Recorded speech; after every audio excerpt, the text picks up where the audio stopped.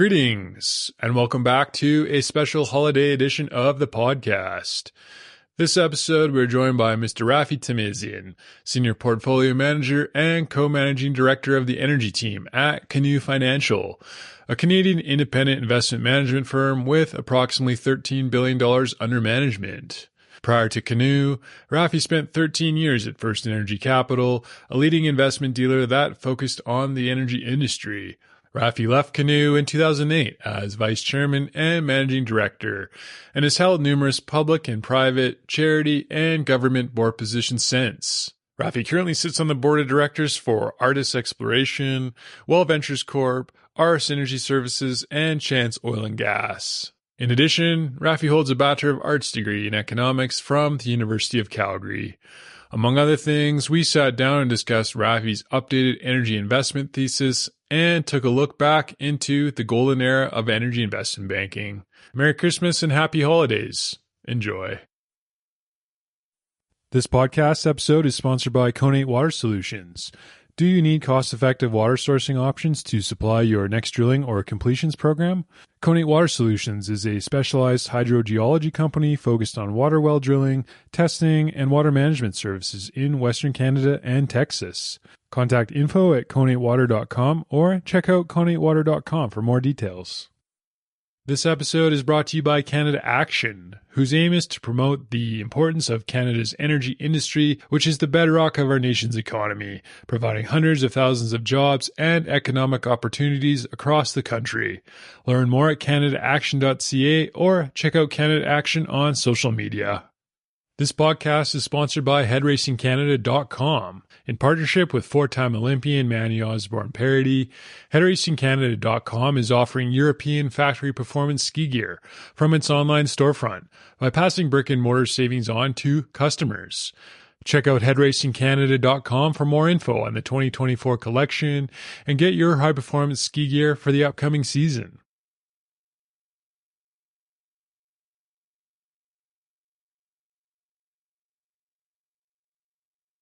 If you're ready, we can start. Let's do it. Good morning, Mr. Rafi Tahmazian. Good morning. Thank you very much for doing this. Oh, it's absolutely my pleasure. This is part 2. Yeah, I enjoyed it last time. Happy to be back. We're recording today. We'll probably release this on Christmas, so it'll be a Christmas special for the listener. Oh, okay, good. Excellent. Up to this time, you've been one of the most popular guests on the podcast. Oh, wow. That's flattering. So, thank you. Something about energy and investing, I think there's some magic to the listener. So yeah, I enjoy it. It's my life. Have you been out skiing yet this year? I just was out this weekend. I was at Island Lake, actually, and got to do some early turns. I was a little nervous because after my podcast last year, I subsequently tore my ACL completely off and decided to rehab without surgery. So I was going back out there for the first time without any support, and I'm happy to report back it was a success. So ACL's tough. I was nerve-wracking, but for some reason, tight hamstrings seem to mean I can survive without having to do the surgery. So, yeah. Well, I thought for the purposes of today's conversation, we could structure it around your current investment thesis, maybe a bit of an update from last time. And but before we did that, maybe rewind the clock back to the mid-90s, to the first energy days. Yeah. Always been interested in that era of the energy world. It's a period of time that won't be repeated, really. It has everything to do with the stage that the basin was in, really. When people ask me about that time, I don't think I was even aware necessarily how much capital was going to be required and the opportunity that represented itself in Canada relative to other basins that you could invest in. I think my partners at the time, guys like Murray and Davidson and Wilson, they were Grafton. They were all very alert to that probably. And they just saw me as a young guy who could help feed it. So I got to learn with those guys. And over 13 or 14 years, it was fast learning. And we were basically empowered to scour the globe of institutional capital and let them know about the great opportunity in Canadian investing in energy and the basin, the quality of the resource, the quality of the Canadian financial system, which would have been critical at the time too. Anywhere as far as even our human rights track record meant something to a lot of different countries, how they would put capital in. Imagine when you're putting money into investing into Guyana now, you hear a lot about it and the risks that you have to think about there. Somebody putting capital into Canada at that time, it seemed secure. And so we were spending a couple $2 billion in the basin at that time. By the time I left the industry in 2008, we were spending, north of $60 billion a year in the basin. So oil sands development, extreme. There was enormous amount of interest and curiosity around the shales that was developing at that time. It didn't really blossom for another few years after that with the technology, multi-frac horizontal technology. But regardless, just the amount of capital that was needed just wasn't going to be satisfied from Canadian generalist investors. And ourselves and other boutiques like Peters and Newcrest and Tristone and all these guys propped up. And that was all of our agendas, was just get capital into this basin, get the activity going. You remember your first day at First Energy? Yeah, I do. I walked in and I sat on the sales desk, and I was very lucky because Dean Proden had just left the desk to go to corporate finance, and I've effectively inherited his seat. So there's no cold calling or anything like that. It was just, here you go. You know things about energy. Go talk to these people about it. And I was given a portfolio, and then they said, now get to know some of these oil and gas executives better. I remember meeting Murray Mullen on his IPO, the boys at Amber Energy, Chason and Ken McNeil. There was Paragon was an early one. All these little companies that were developing and starting up their businesses. And I got to take these guys on the road, travel in North America and Europe with them to introduce them to, and I had their attention for 4 or 5 days at a time. There was Baytex too. There was NCAL, Dave Johnson. All these guys were just, I had their attention. So it was almost like getting the cheapest MBA you could possibly get, because I was getting paid to get educated. It was incredible. I didn't know it at the time. I only look back now and realize that was happening. Yeah. Pretty super awesome. Why First Energy? Do you know somebody there already, or did you think to yourself, this looks pretty good? I knew a lot of them. I left the oil patch and went to First Marathon to replace Jim Davidson's seat he had started First Energy. And I went to First Marathon because my dad had gone to school with the guy running the office, Jerry Shaw, and he called me up. And then Jerry got sick and passed away like 2 years later, and I didn't feel this connection to them. And I had a bunch of friends there, Scott Ingalls included, and Davidson, and these guys pushed me hard and said, come over and you need to be here with us. And they were putting together their plan. I didn't understand that. I was just a piece of it, and I only understood it once I was part of it and engrossed in it. But good for them. I got to give a lot of the credit to the vision of the managing directors at that time. Sometimes talent spots talent. Sure. That's flattering to say it that way, but I wouldn't have known that at the time. From your perspective, why was First Energy so successful? It was the relationship. You know what? We were Calgary based. And if I were to simplify it, we were energy people trying to make energy decisions. We weren't financial guys trying to make energy decisions. We were very focused, and our peers tried to do this too, and not all of them did it as well, and some did it better. But it was our ability to be a partner with the producer, not the partner with the institutions that are investing. It's like, I'm not here representing the institutions that are going to bring the money in. I'm here representing the producers and the services that need the money. And that gives them a lot more confidence that you're aligned with them.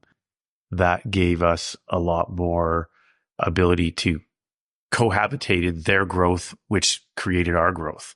Did you ever stop and think to yourself that maybe this was not your average investment bank and something was going really well? And that, do you remember that feeling? I learned at First Marathon the whole eat what you kill strategy. And I think that was probably the big thing. It was like, I don't want a salary. I want to have my job laid out for me. What do I got to accomplish? I want to be a shareholder. I want to be an owner. I want to participate in that. And I want to be paid for my success. And I think that was how we were all wired when we were there at First Energy too. To know that I was part of something special, I'd say to you, we were running around with our heads cut off. And if they weren't cut off, they were spinning at miles an hour. You just didn't even know. Every time you turned around, you had another conference that you had to host and manage, and managing people together, the producers and the right investors. And it was a chaotic time and fun. And again, like I said, I was learning without realizing, really. That's the sell side. I had no idea how to interpret the buy side. I knew how to interpret the producers and the services and the sell side. I didn't understand the buy side at all, which was my other half of my clients. And it's now what I do for the last 14 years. And it's just, I would recommend any banker to take time and work on the buy side for 6 months and go back to banking. Mm-hmm. And you'll become such a better salesperson of your business if you could do that. I think the problem is if you go over to the buy side, you won't come back. Yeah. Yeah. So nice to be handing out money. Yeah. Do you think that those guys who started it, and maybe yourself, kind of viewed themselves from an entrepreneurial lens more so, or was it bankers? Or I get the sense sometimes that they were entrepreneurs. Absolutely. There's a big difference between, and I find it even in this buy side as well.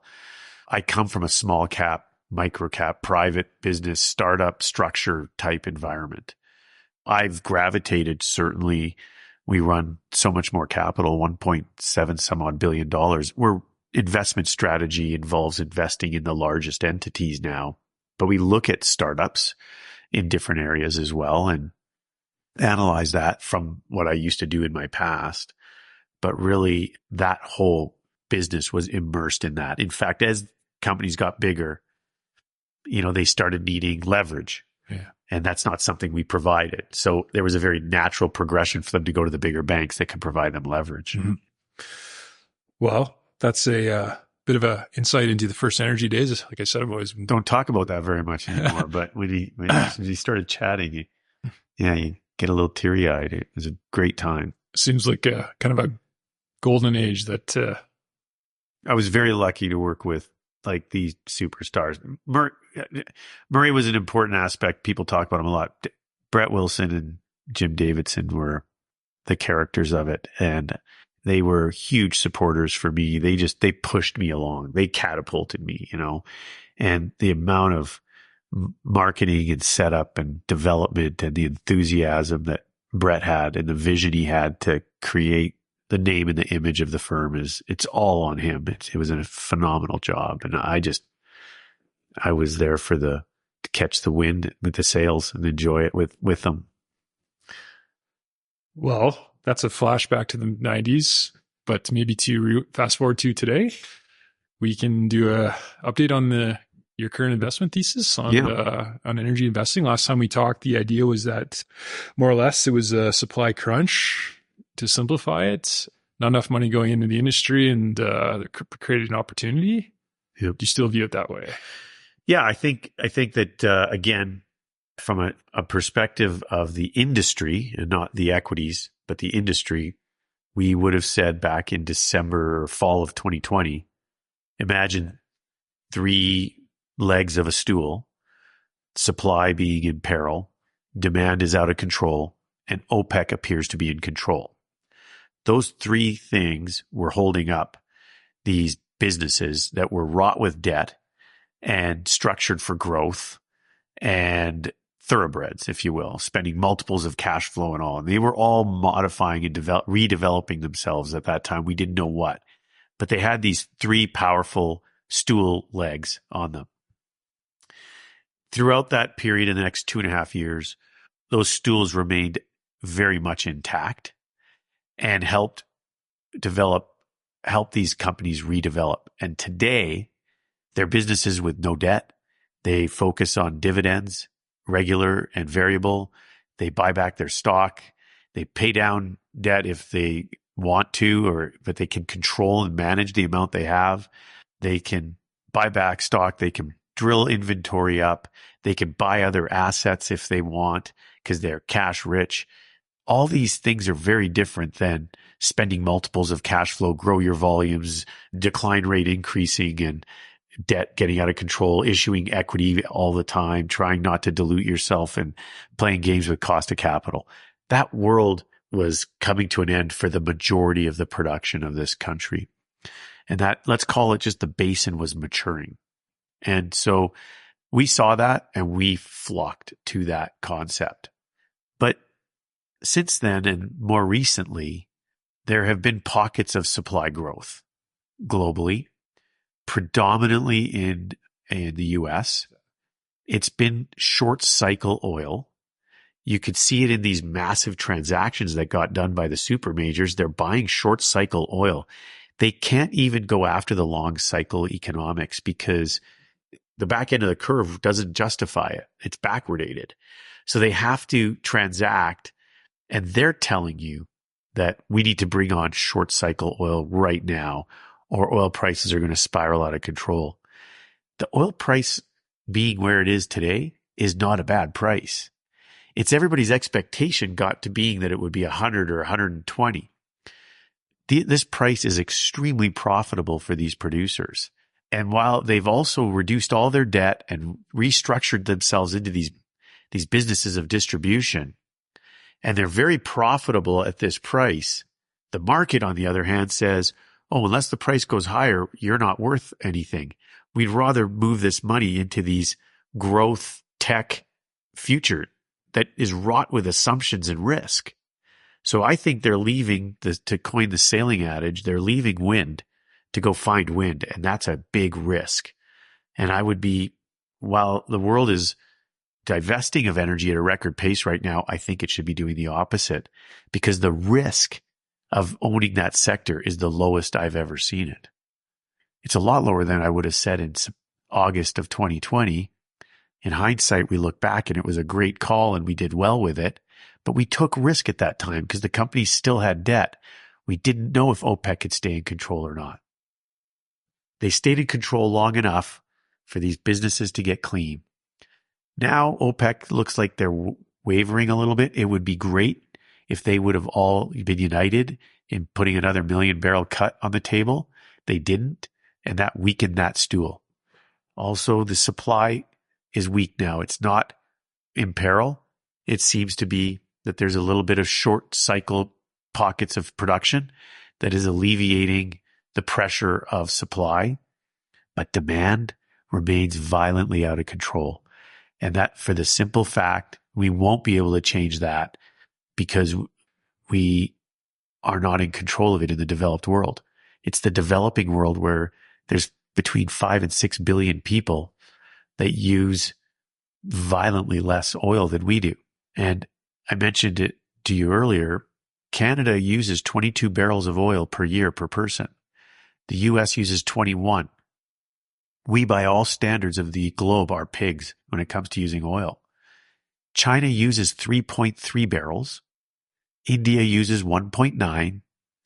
And Africa uses 1.1 barrels per person. Now, what's even more alarming, actually, is take Canada and tweak one of our luxuries that we have. Let's say we want to be cooler more often, air conditioning more often in the summer somehow, whatever it is. We multiply that by 39 million people. In India, you tweak, and I mean just ever so slightly tweak, a necessity that they need that they don't have, let alone the luxuries. You multiply that by 1.5 billion people, and your demand goes out of control. So people have heard it over and over that they want healthcare and they want buildings and infrastructure and they want transportation like us. Hey, they don't get anything like us.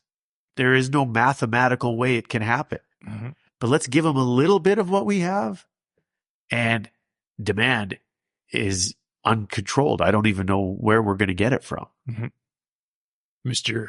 Chris Lebicki and Steve Lark brought up Jevons paradox too, where the idea is that it's more efficient the more you use. So developed world and everywhere else, it's just going to keep going, if I'm correct. Yeah, they're way smarter than me, those two. So don't let me talk over their heads or anything. But the concept is basically that energy begats energy. Yeah. You need more energy to use. But the other side of it too, that I think Steve has said before, I've heard him say it too, and it's right, is it also allows us to provide a lot more efficiency to get the developed world up the curve faster. Yeah, the more efficient, the more you use. The more, right. And we, not only that, but we can now introduce a way more efficient hospital, for instance, into the developed world than the hospitals we would have developed. Or we'll fight wars more efficiently even than we used to fight them, right? And so it's more a matter of supply disruptions and what pace will the developing world tolerate the pace that the developed world is trying to control their growth. How long will they tolerate us trying to control their growth? And I'm seeing that all come apart. The talk about BRICS is subdued for a little while here. That probably has a lot to do with the geopolitical issues that have developed with the Ukraine and the Middle East and Taiwan. And we're in the most elevated geopolitical issues of our lifetime, really, that you and I have seen. And there's another example of how you have to think about investing. When the Arab-Israeli conflict developed, oil prices shot up $6, and within a week it was down below the price that it was before the invasion.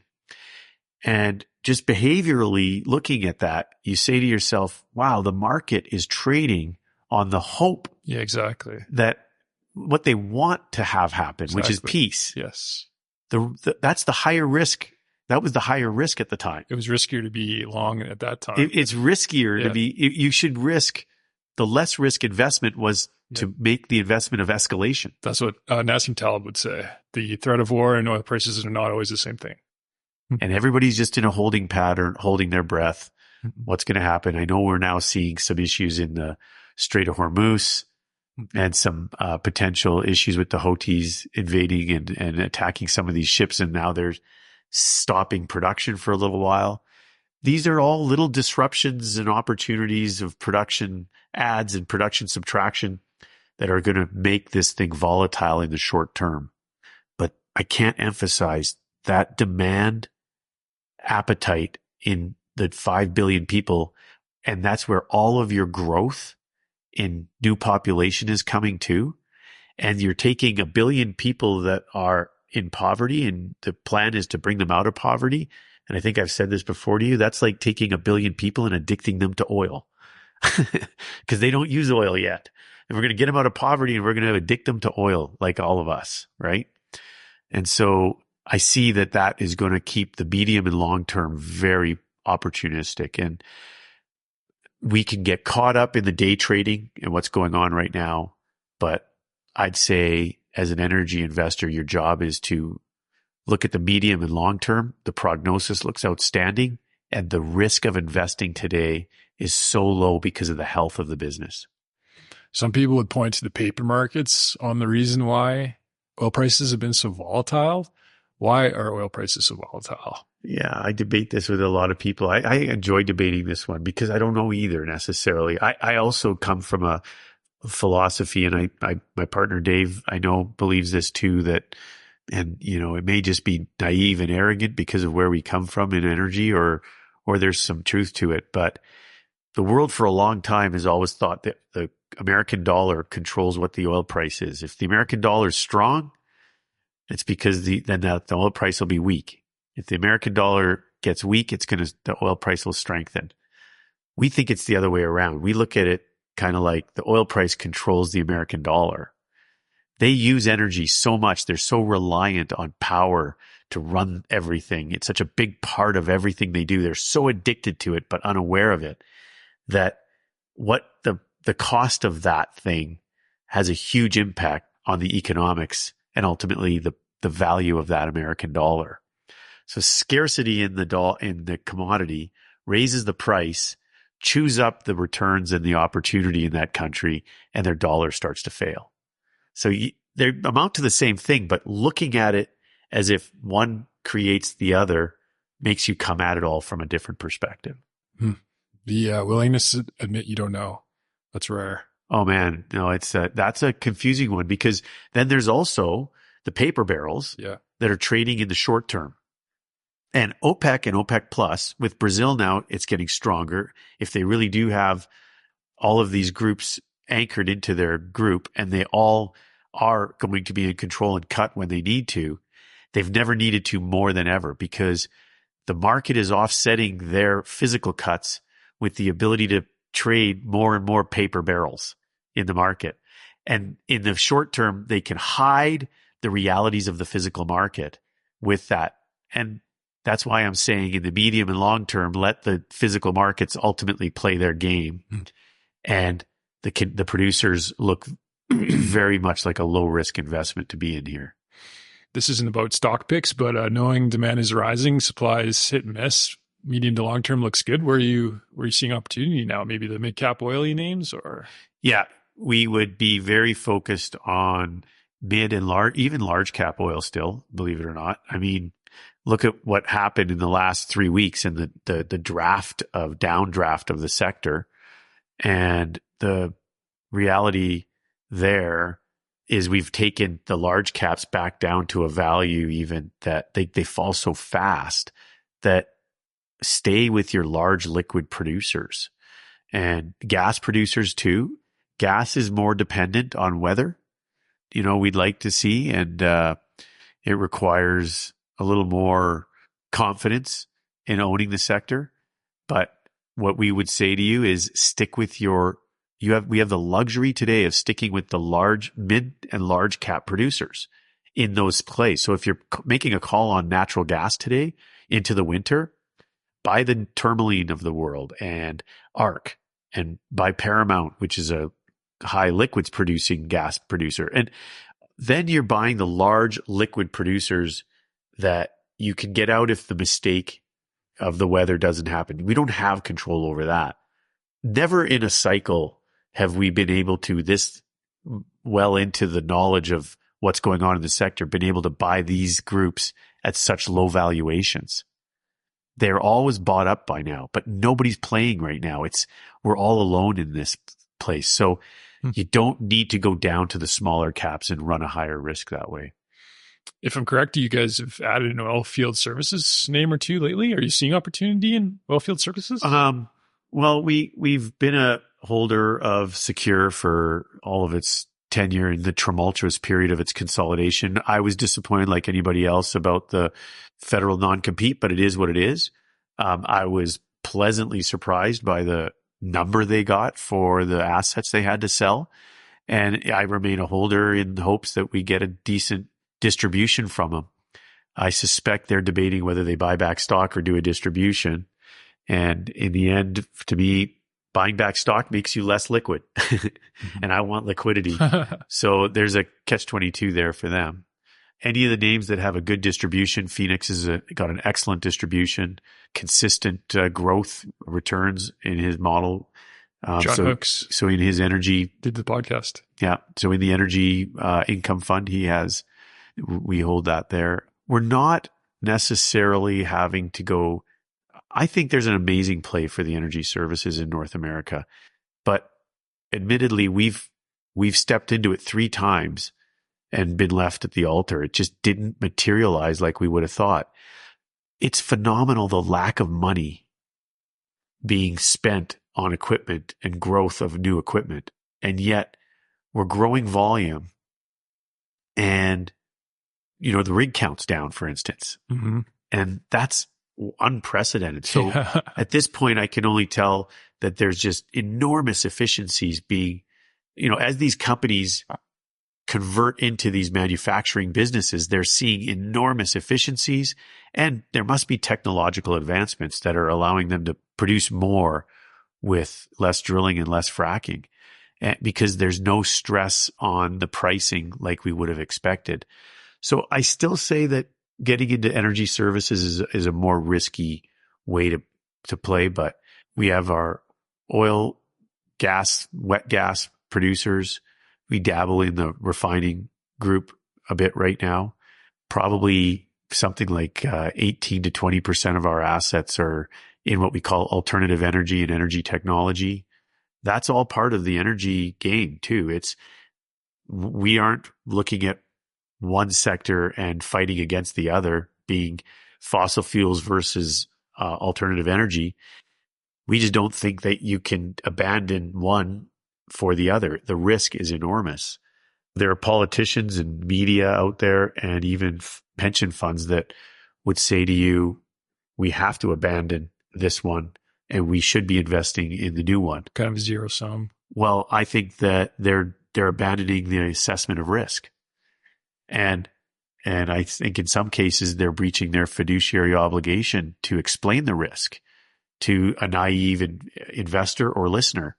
And I certainly see it just walking around town and talking to friends when they hear what the media have to say or a politician has to say, and they challenge me. I can tell by their story that they're just buying into that line without understanding what's entailed in it. Getting COP28 talking about getting off oil, that made all these people think we're getting off oil. That's a ridiculous statement. There's no alternative to it. And we aren't even admitting our addiction to oil. And if people knew how much it touches their lives, they would realize that's a irresponsible statement. And so I'm not here to get frustrated by it or let listeners get frustrated. I'm here to say that will create an investment opportunity. And that is in the conventional energy fossil fuel market. In the medium term, it looks very healthy for that reason. Right. Before we move on, also, Mr. Rennie Amaro and McDilger also did the podcast. So coincidence that your favorite stocks they've all done the podcast. There's maybe a correlation there. It's an incredible group of people. Yeah. I'm very lucky to have been able to, share it with them because like I said, it was an education for me with all these entrepreneurs. It seems like a lot of people view it as a zero-sum game where you're either in one camp or the other, fossil fuels or alternatives. But in reality, you need everything. We need it all. If we're going to spend all this trillions of dollars in this new world and we're going to set up incentives for them to do it, our approach was from the start of that when we started that area, which was in 2015. By then, we looked at the wind and the solar panel businesses and we saw where we were with hydrogen, and I just saw nothing but shrinking the margin down and too much risk in others. And we decided that we would try to invest in the ways that we need to fix those problems. So building a lot of wind and a lot of solar is one thing. How do you store it in a bulk? And we started looking into that. And next thing you know, we've got a fairly aggressive investment in a bulk battery storage business.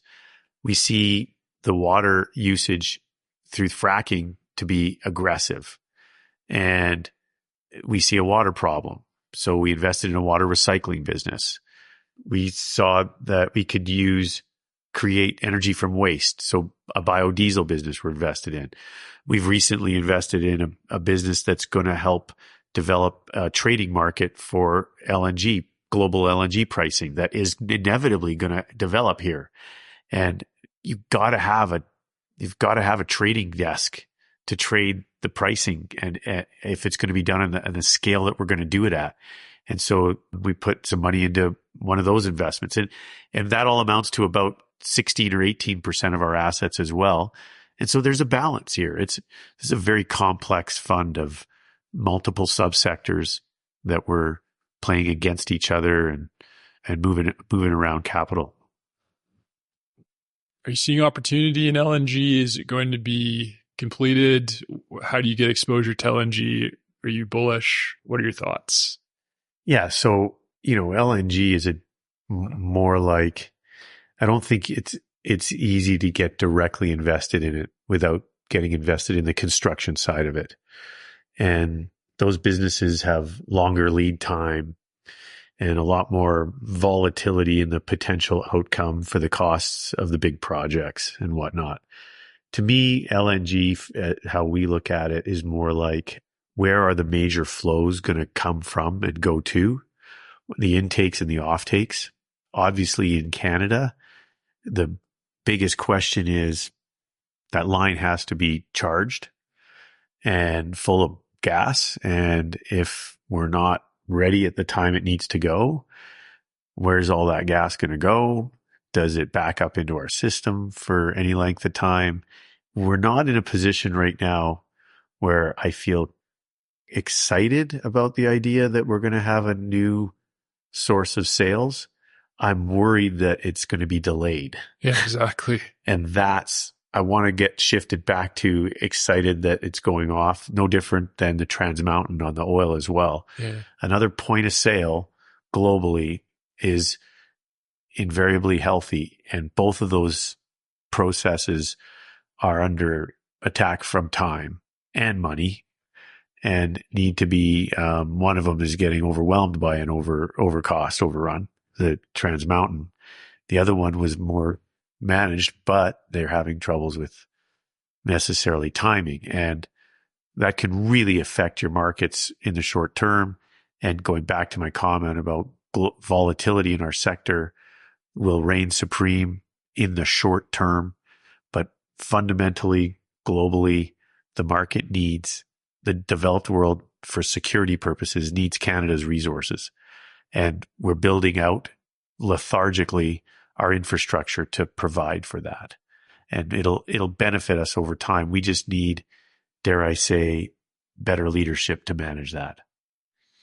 Another critique of LNG is that due to the nature of the fact it's commodity, you might get a temporary bump in price, but eventually it'll just come back down to a commodity-like scenario, and it gets driven down again, and it's kind of a false hope.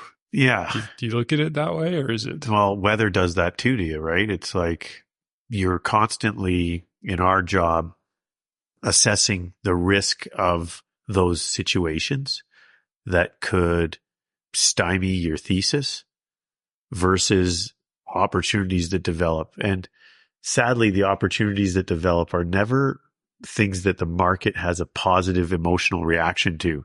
Like a war is not a positive thing that people think about, but it's a positive thing for the industry, right?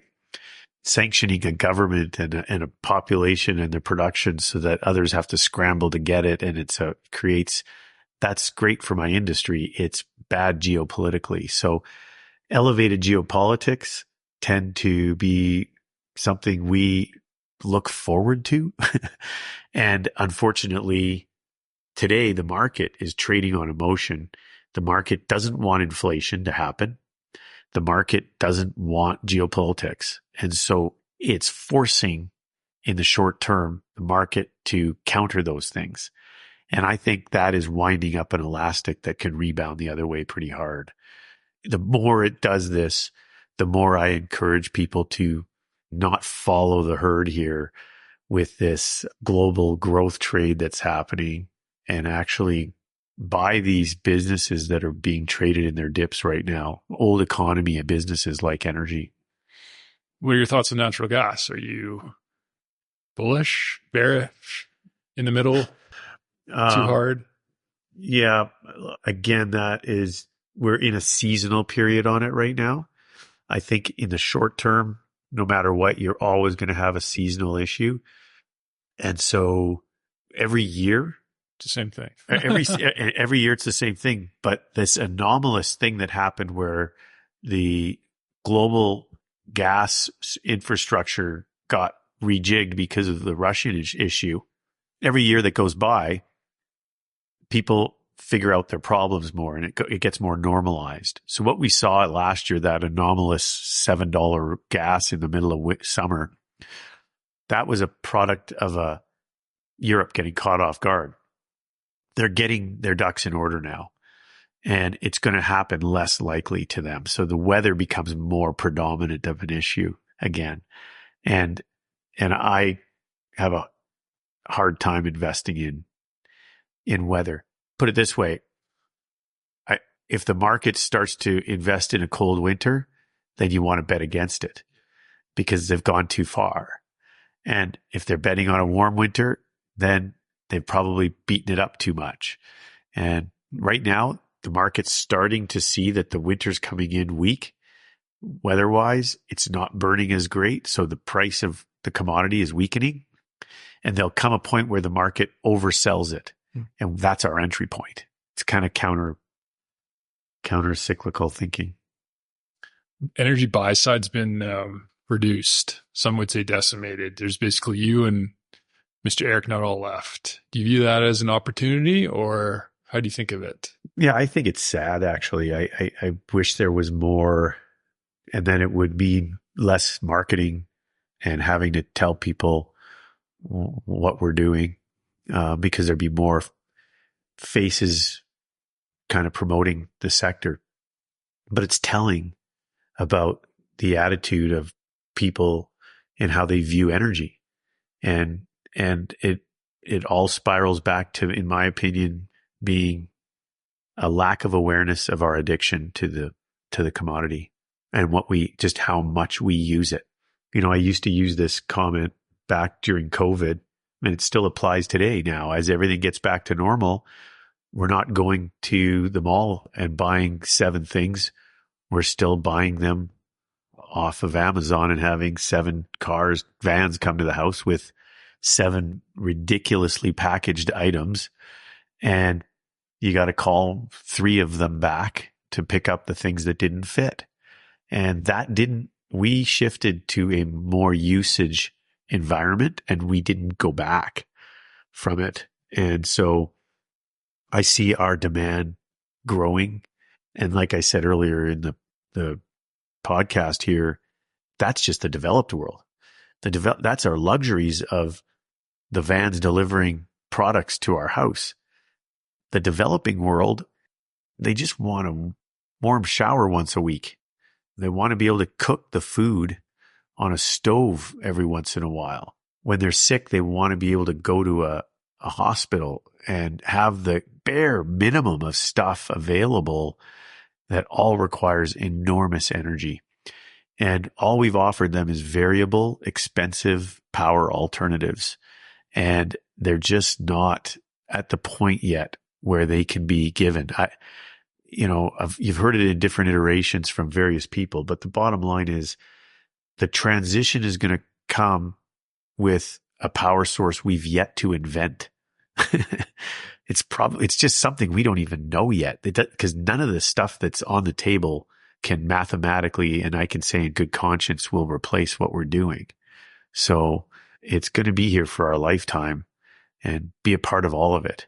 And I'd say as an investor, embrace it all as part of your life. And we'll offer you that opportunity. Think about it. Be pragmatic in your thinking when you read articles, and we got to expect that journalism, especially in Canada, is very biased right now, and it's dangerous. And that should not, as is what's gone on with social media. And people are focused there instead of the realities and common sense and logic. The energy industry, the energy service industry, I think these guys are all so immersed in this business and understand it so well. They're all very confident and positive in what they're doing and restructuring their businesses, battening down the hatches for the war against this anti-energy movement, knowing you're going to need this product at the end of the day. And I would say in my 31 years now I've been in the business, this is the most prolific time from an opportunity and low risk perspective that I've ever seen. Yeah. Do you see opportunities for maybe another energy oriented fund in the market, or is 2 enough? If I were to do, well, we have 3. We have an income fund, an energy fund, and then we have what we call Energy Alpha, which is our long, short, and private equity. That amounts to about 1.7 billion, I think.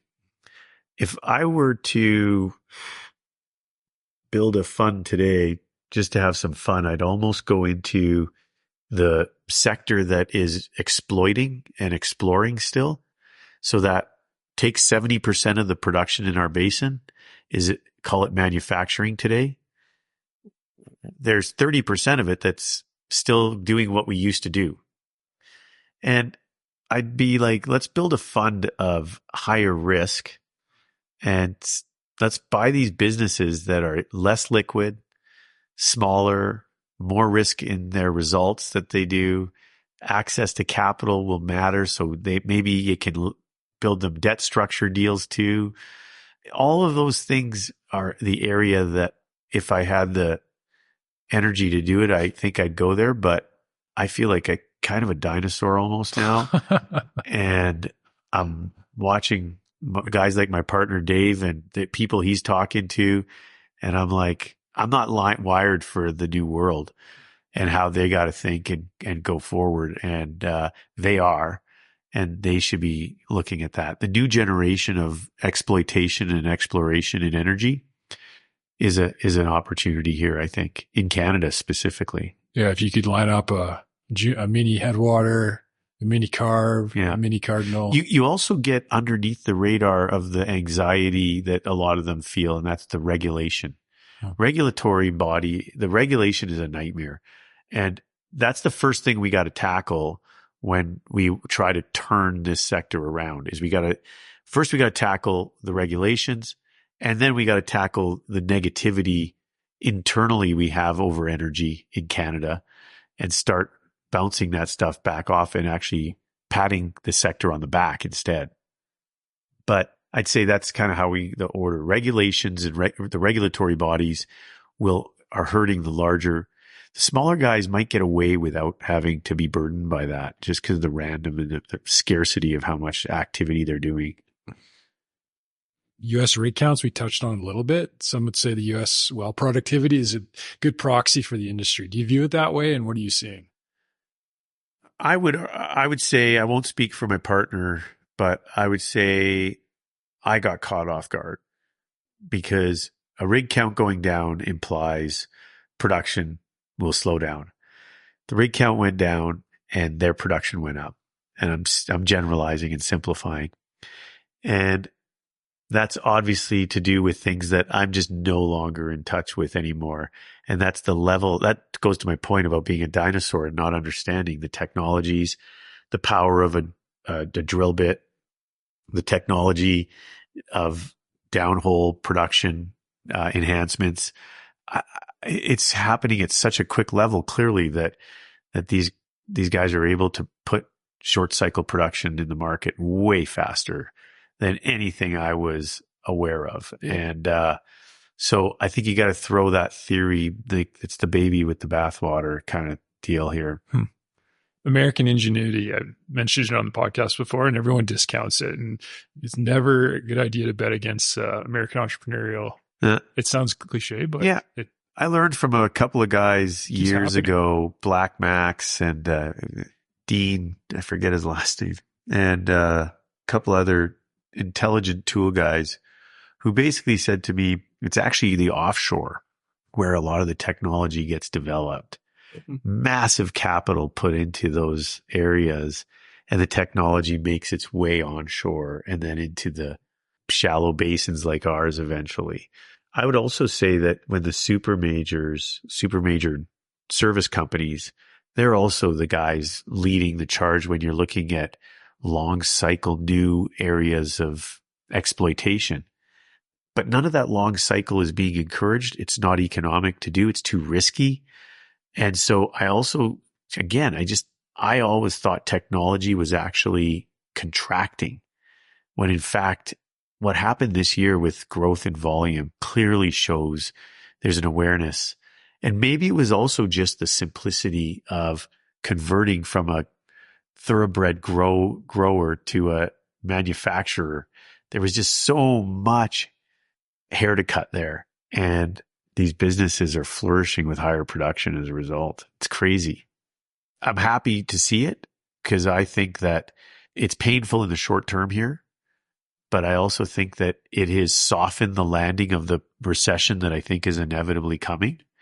It would have been much more catastrophic.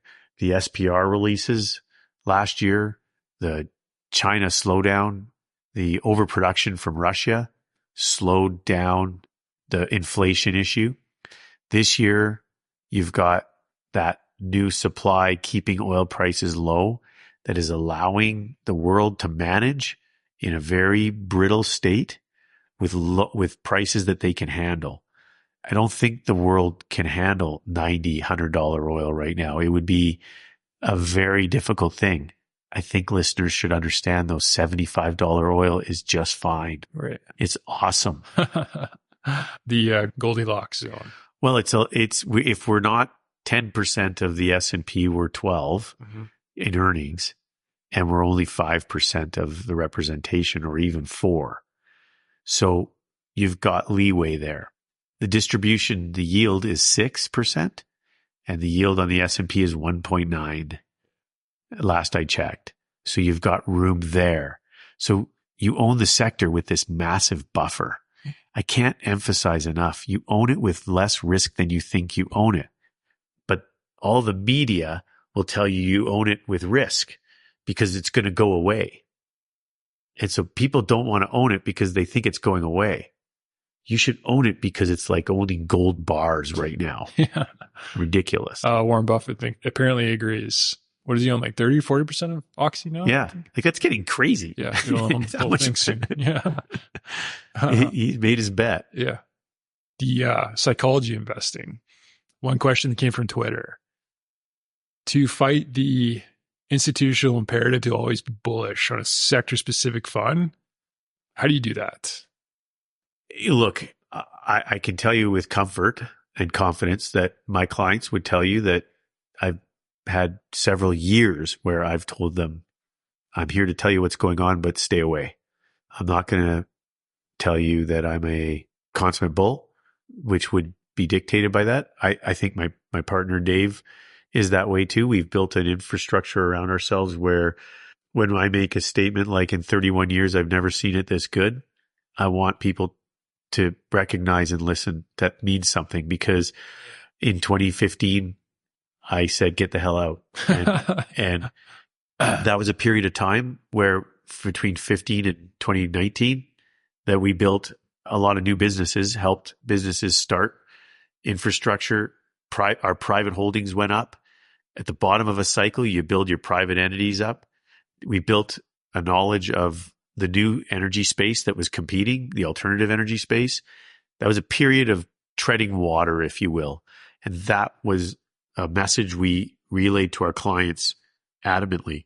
And I think our success subsequently has come from our clients recognizing that we went from bearish to neutral to bullish, and they respect us for that. So that question you have means a lot to me. And I like to wear my heart on my sleeve for sure. Yeah. I got nothing to hide on that.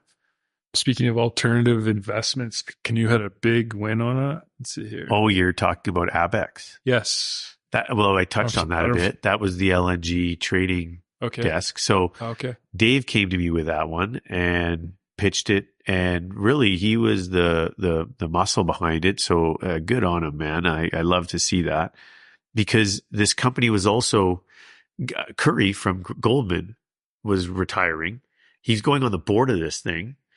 And Dave's looking at it and saying, this is a trading desk for commodities, LNG and other new commodities that need a vehicle to be able to trade their volumes.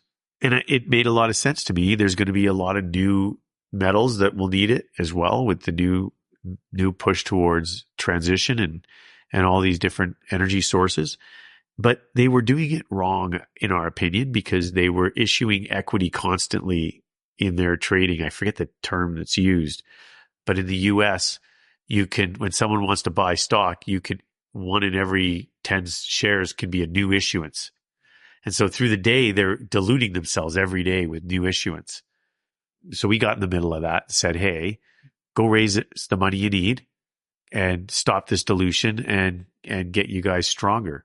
In that dialogue, and we ended up becoming one of their largest investors, institutional investors, through that, and got it into our alpha and our energy fund. It's done very well since, but yeah, it's been a good win, but I expect more from that, substantially more from that business. High risk, high reward, very illiquid, very small in the fund.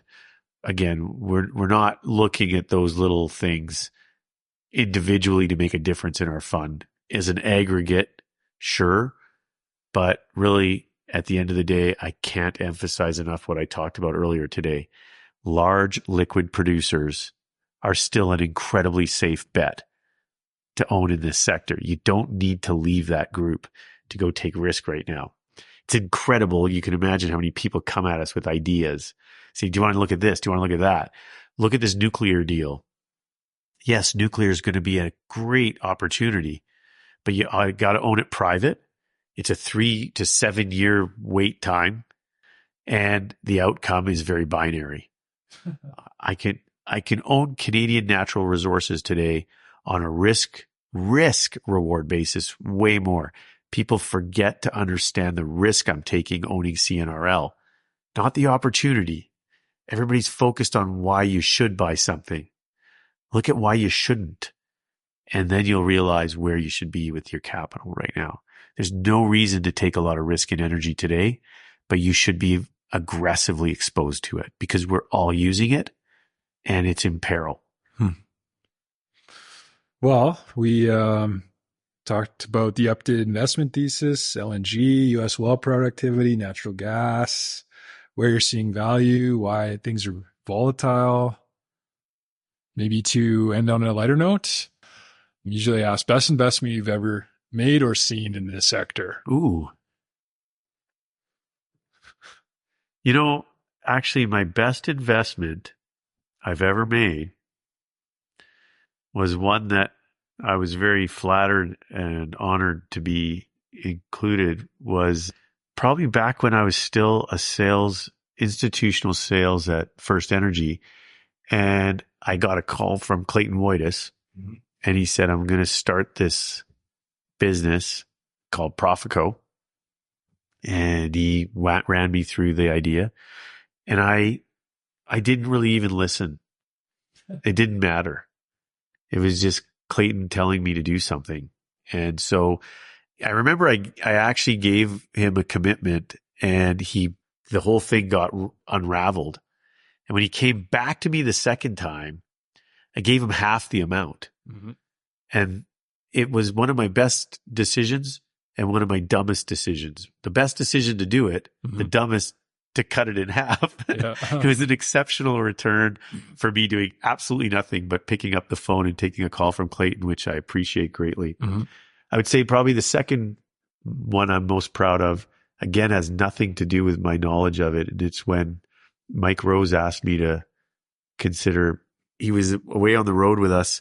He's in the airport and talking to me about the idea of creating a royalty company because things were bad and value and royalty could be leached in value. And I'm looking at him going, I of all people should know what he's talking about. And I'm just lost. But I was like, okay, I'll do that. And he's like, well, I'll consider a board seat. And I'm like, yeah, I will. And he was so far ahead of me in his knowledge of what he was doing, which as much as I admire that, I'm insulted by the fact that I didn't know the way he did, and good on him. That was a super cool, fun run as a private co. When it went public, I had to get off the board because I was in conflict, but those were two very fun, enjoyable businesses to invest in, and one of them participate in too as an active officer. Another question from the White Walker on Twitter, aka Trent Bain, one of your old business partners. He calls himself White Walker. Yeah, he's got a big following. Oh, right on. Also has been good on the podcast a few times. So he sent me some pictures of him catching a pretty nice looking trout, and he was just jumbling it around, and I'm just like, Trent, you got to do this better. You got to look better. So that's really funny because the question coming from Trent is a request for the supply of the top 3 bull trout fly patterns. Oh, well, exactly. I'll tell you, if you want to catch one on the surface, which is rare, you either got to catch it by already having a little cutty on your line and the bull goes after it, or I would use one of these styrofoam patterns called a Fat Albert. And the Fat Albert optimally has a red thread belly on it. Yeah, I think that red thread pisses the bull off and it comes up for it. Right. Yeah. Guaranteed success. Yeah. Well, that's that's funny that he asked that. What a bum. Yeah. Shout out to Trent. Thank you. That's cheers. Great conversation. My pleasure for doing this again. Thank you. And good for you, man, for stimulating this industry. I've watched it grow. I'm honored and flattered to be a part of it. And the people that you meet and interview are such a huge part of the pillars of it. So thank you. There's a new group coming out. They're all young, hungry, and awesome. And I would encourage you to seek out some of those people too, because guys like us, we're just talking about the past. They're looking forward, and you need to expose people to those guys too, what they're thinking and doing. Well, thank you. We can end the formal conversation there. So cheers.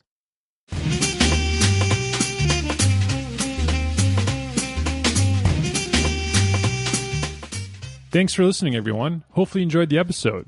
If you liked what you heard, check out rosebros.ca, where we will have upcoming shows. Until next time, happy coffee drinking.